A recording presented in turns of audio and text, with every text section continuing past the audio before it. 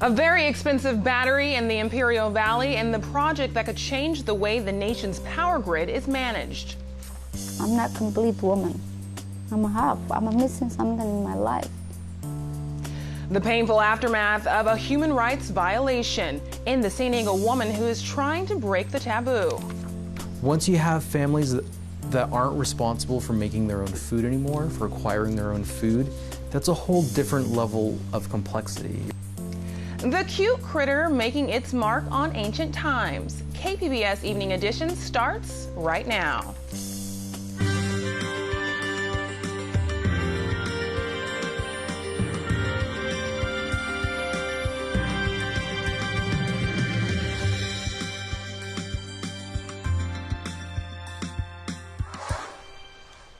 Good evening. Thanks for joining us. I'm Ebony Monet. As of this morning, all lanes of Interstate 15 in the Cajon Pass were reopened, but the Blue Cut fire in San Bernardino County continues to rage and threatens tens of thousands of homes. Air tankers dump retardant on the flames, climbing the rugged slopes, while helicopters dump load after load of water to corral the destructive wildfire. The fire erupted Tuesday and quickly spread, growing to about 50 square miles today. Even the most experienced firefighters are surprised at how fast this fire has spread out of control. We're expecting to continue to see unpredictable and erratic fire behavior. It's going to continue to be a challenge.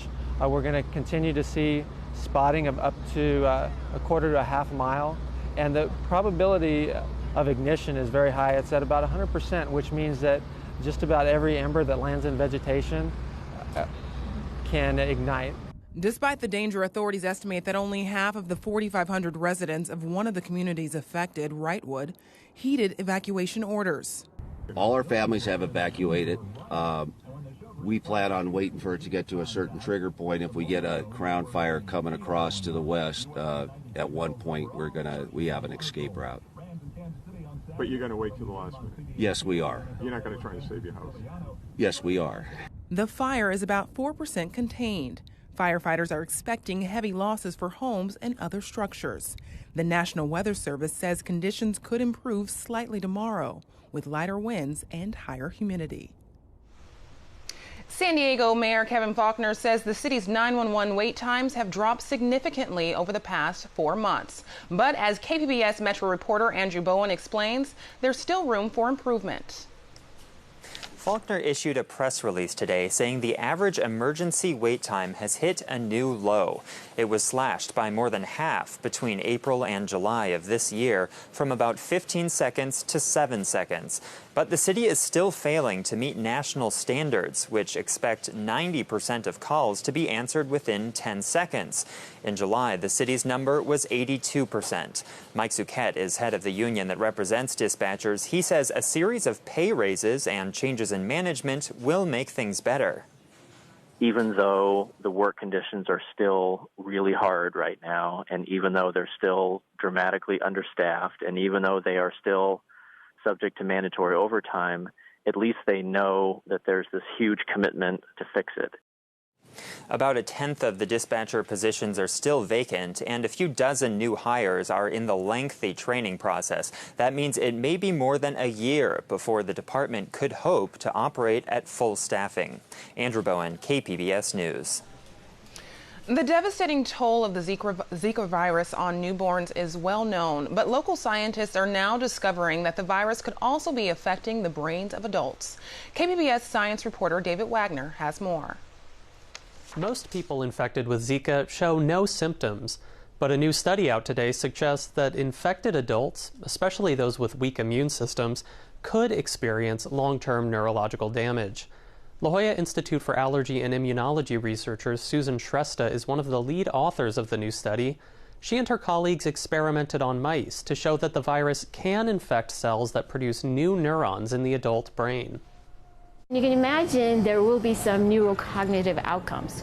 We don't know what that is. It may be Alzheimer's, early onset, or clinical depression. So those are the implications of our work. Shrestha says more research is needed to understand how exactly the Zika virus may be attacking the adult human brain. She emphasizes that the long-term effects of Zika infection in adults are currently unknown. David Wagner, KPBS News. The city that most homeless people in North County call home is Oceanside. KPBS North County reporter Allison St. John has more on a new report that's changing the way providers serve the homeless community.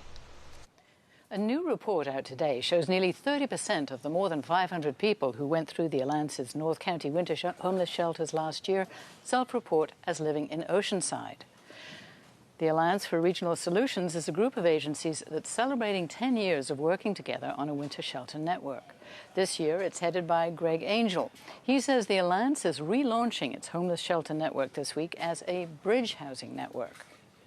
This reflects the reality that not only are most of our shelters operating year-round and no longer just during the cold weather months, but they all are operating under a shared goal of really not just being a shelter over somebody's head, but a bridge for that individual to end their homelessness and find their permanent home. The Bridge Network consists of Catholic Charities Shelter for Homeless Men in Carlsbad that went year-round in 2013, Haven House in Escondido that went year-round last Christmas, and Operation Hope Shelter in Vista for homeless families. It went year-round just this month. This year's report shows almost 30% of those sheltered in North County were women, and Angel noticed a disturbing finding. One of the pieces that really stood out to me is that of all of the women we served throughout all of our different shelters, 47% are survivors of domestic violence. The report also showed that 15% of those in the shelters were children. Allison St. John, KPBS News. San Diego's homeless situation has become more noticeable in City Heights. Producer Brian Myers from the Media Arts Center shows us how city leaders are meeting with people who are finding a place to sleep at the park. Looks like you got a spot of shade. Are you Marty Emerald? Yeah. Is that you? Yeah. Wow. I'm the council person for the area. With the redevelopment downtown, the gentrification of so many communities, homeless are being forced out and into neighborhoods where they really didn't gather much before. Here in Jeremy Henwood Memorial Park, you can see a symptom of the bigger issue. We've got people who find a spot of shade and sleep during the day or congregate and socialize. And so we're trying to reach out to them and see if there's some options, some ways that we can get them out of the park and into some kind of a program, but also free up the park for the rest of the community. So this just went up, and they'll have 3 days to get this out of here. But what they'll do is just move it a few feet over, and then they start the clock all over again. Hey, you got to remember, anywhere in San Diego, there's no illegal lodging, dude, from 9 at night until 6 a.m. You know what I mean? When they because it was way bad when you used to be downtown San Diego, bro, and you would get a ticket wherever you go and sleep. They need more homeless outreach, and they need to come out here and kind of let people know, because I believe people give up.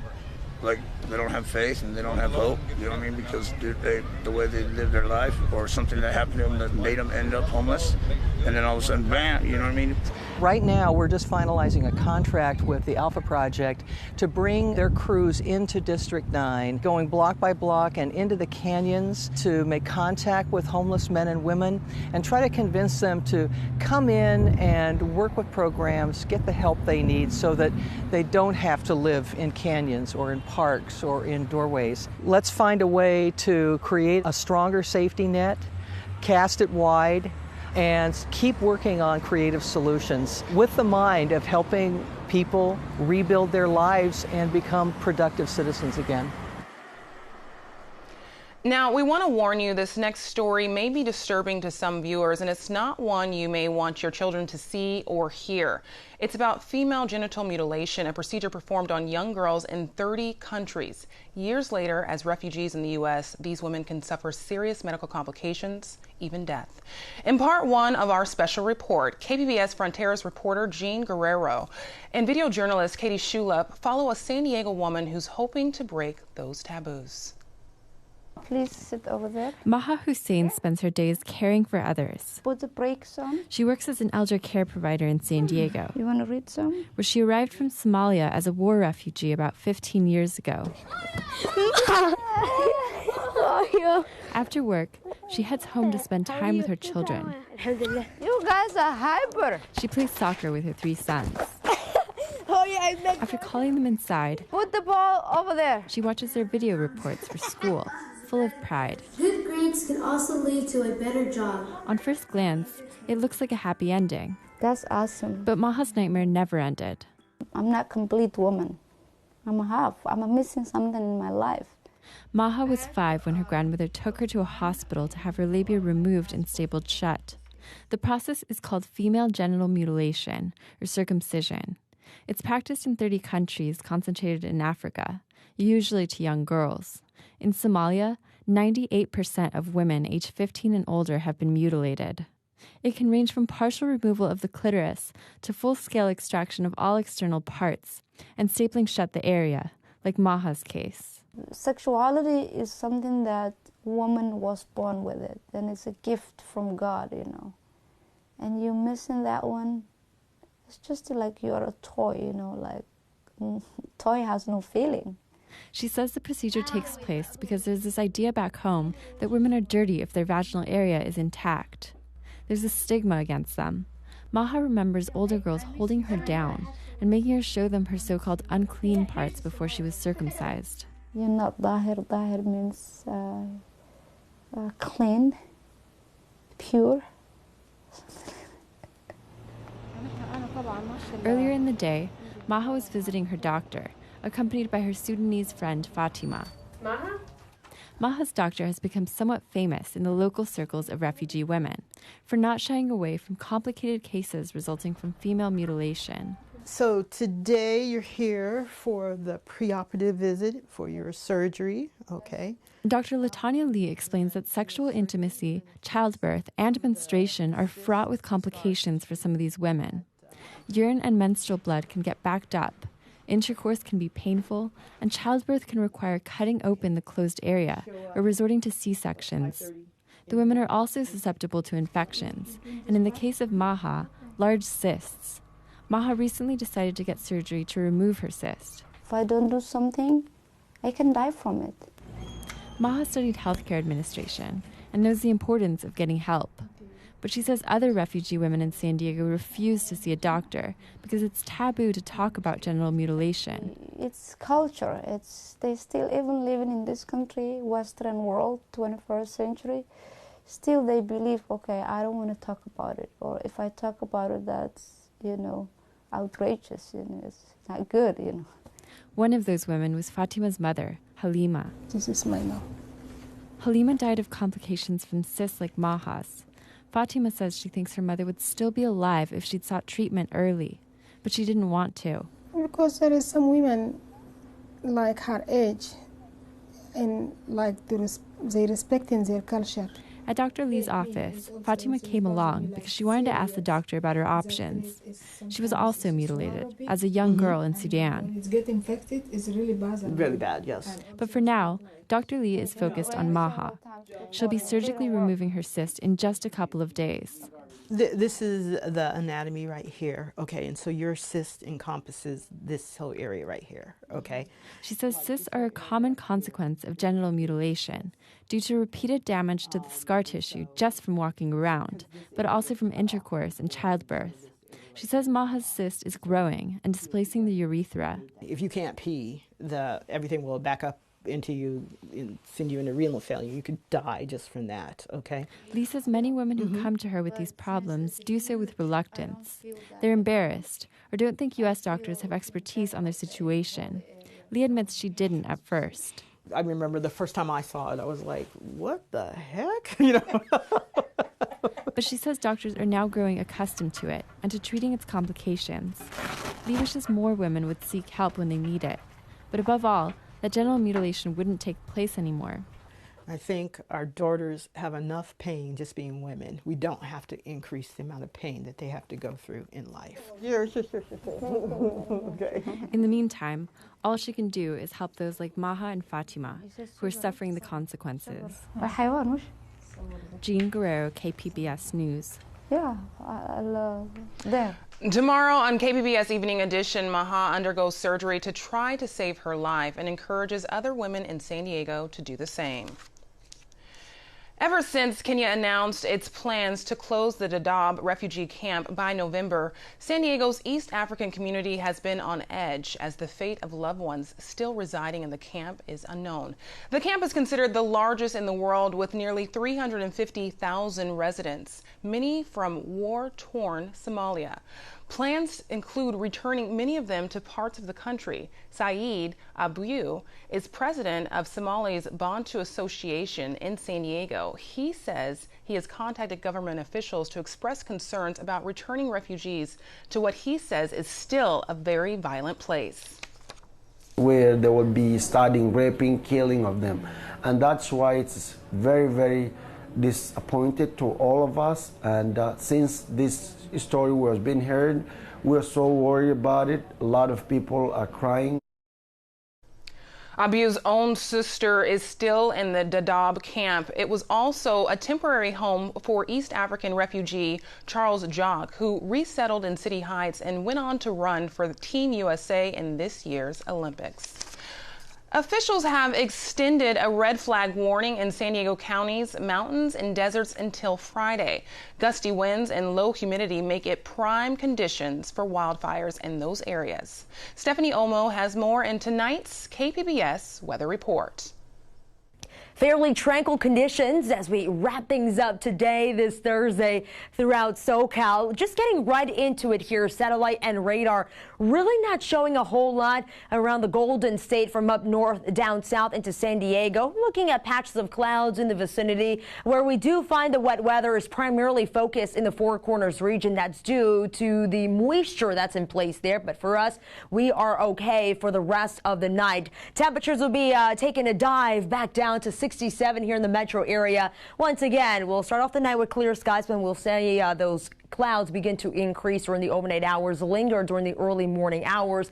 And this pretty much will be the trend in the surrounding areas here. Checking things out, Borrego Springs looking at clear to partly cloudy skies south into Mount Laguna. Temperatures will be falling back into the 50s, so a bit cooler for you folks out there. 59 in Ramona, Alpine at 59 as well. Out around Chula Vista, we're actually at 65 degrees under fairly quiet conditions. Now on Friday, we wrap up the work week. Many folks excited. It is going to remain a bit cooler along the coast, even down into just around San Diego, where we actually have to watch out for large swells even as we take you into the weekend. So watch out for you beachgoers out there. It is going to remain pretty hot throughout much of the southwest. Temperatures around this area will be near average for this time of year.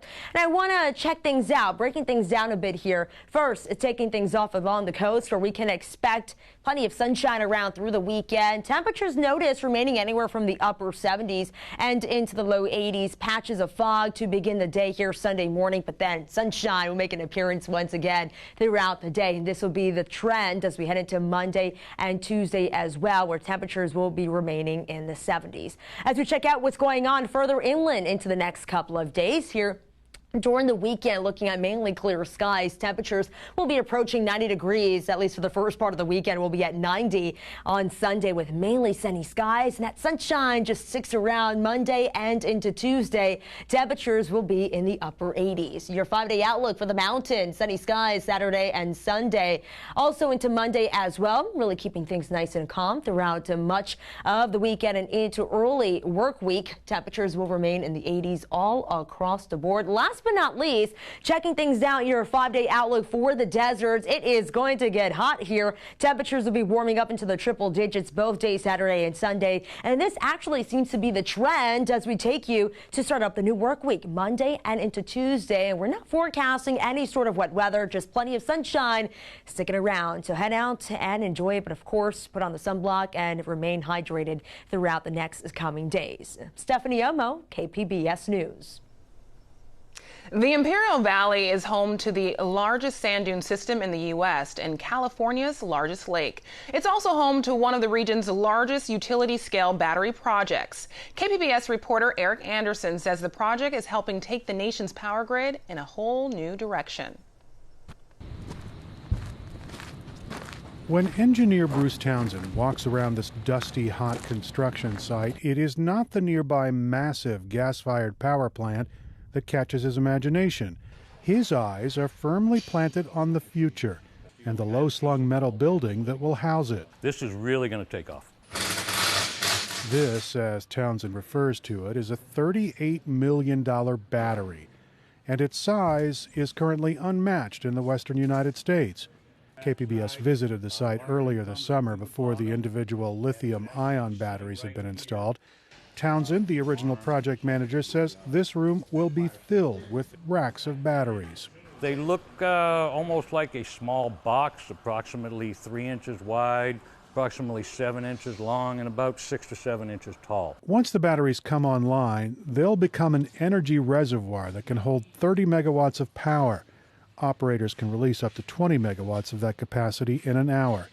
Townsend says that's a pretty big stream of electricity, and the batteries don't have to warm up before they can deliver the juice. Everything takes time to cycle, and especially steam turbines, you have to boil water. So while your combustion turbines, otherwise known as gas turbines, do speed up, it takes anywhere between 5 to 20 minutes or 30 minutes, depending upon the model, to come up to full speed. Townsend says since the batteries can be turned on so quickly, and there are enough of them, they can keep energy flowing in the event of a blackout, or they can be used to restart the nearby gas-fired power plant. Computer programs can make split-second decisions that can manage the flow of electricity into and out of this battery farm. The energy that's stored inside of this building in the batteries gets sent out here in direct current, gets changed into alternating current, and then gets sent over here to the transformer. That transformer feeds a nearby switching station that can push the battery power out onto the grid. Batteries can also take power off the grid. When there's too much solar being produced in the middle of the day, grid operators could pay the district to use the excess power. It's the only power facility that can make money taking in electricity and sending it out. We could charge the batteries, provide system reliability, and do it on somebody else's dime.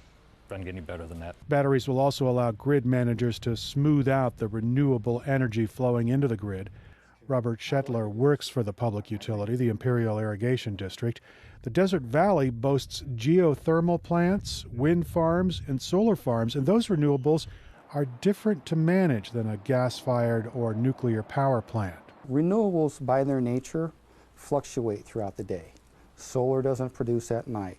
If the cloud comes up, the solar production goes down. So it constantly goes up and down, up and down. And our customers need a steady power source. And the battery evens out the power flow by filling in the valleys and cutting off the peaks. The battery can also prop up the grid if there's a regional problem.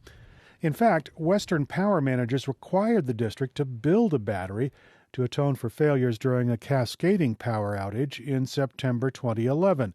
That outage crashed the grid in 3 states.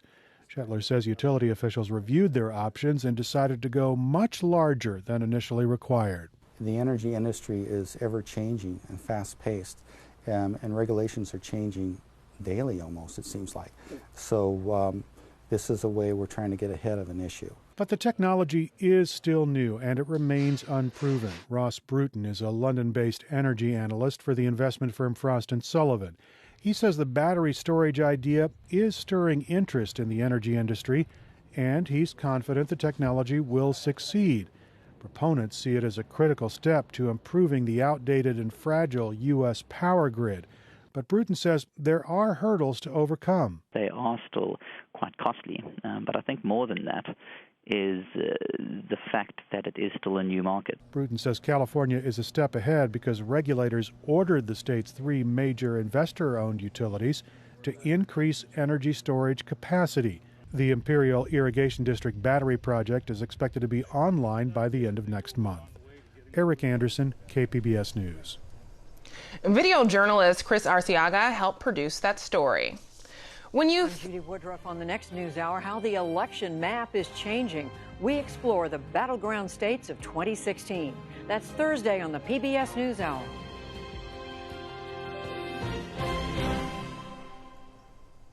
When you think of ancient Mexico, you probably picture huge pyramids, colossal sculptures, and complex calendars carved in stone. But a new study led by a San Diego scientist suggests you should also imagine rabbits. Here's KPBS science reporter David Wagner with why. Pre-Hispanic civilizations may not have had access to large animals like cows and sheep, but anthropologists have unearthed new evidence suggesting they may have kept rabbits. Researchers looked at chemical signatures in rabbit bones dug up at Teotihuacan, an ancient city near present-day Mexico City. They found that these rabbits ate a diet high in farmed crops like corn, suggesting they were fed by people. UC San Diego's Andrew Somerville led the study. He says these signs of rabbit management suggest a complex economy. Once you have families that aren't responsible for making their own food anymore, for acquiring their own food, that's a whole different level of complexity. You're all tied in together to this city. A rabbit sculpture has also been discovered at the same site, as well as evidence of rabbit butchering. David Wagner, KPBS News. Here's a look at what we're working on for tomorrow in the KPBS newsroom. On Morning Edition, the hometown heroes from Chula Vista take on their first game in the Little League World Series. That's tomorrow on KPBS Radio. You can find tonight's story on our website. That's kpbs.org/evening edition. Thanks for joining us. Have a great night.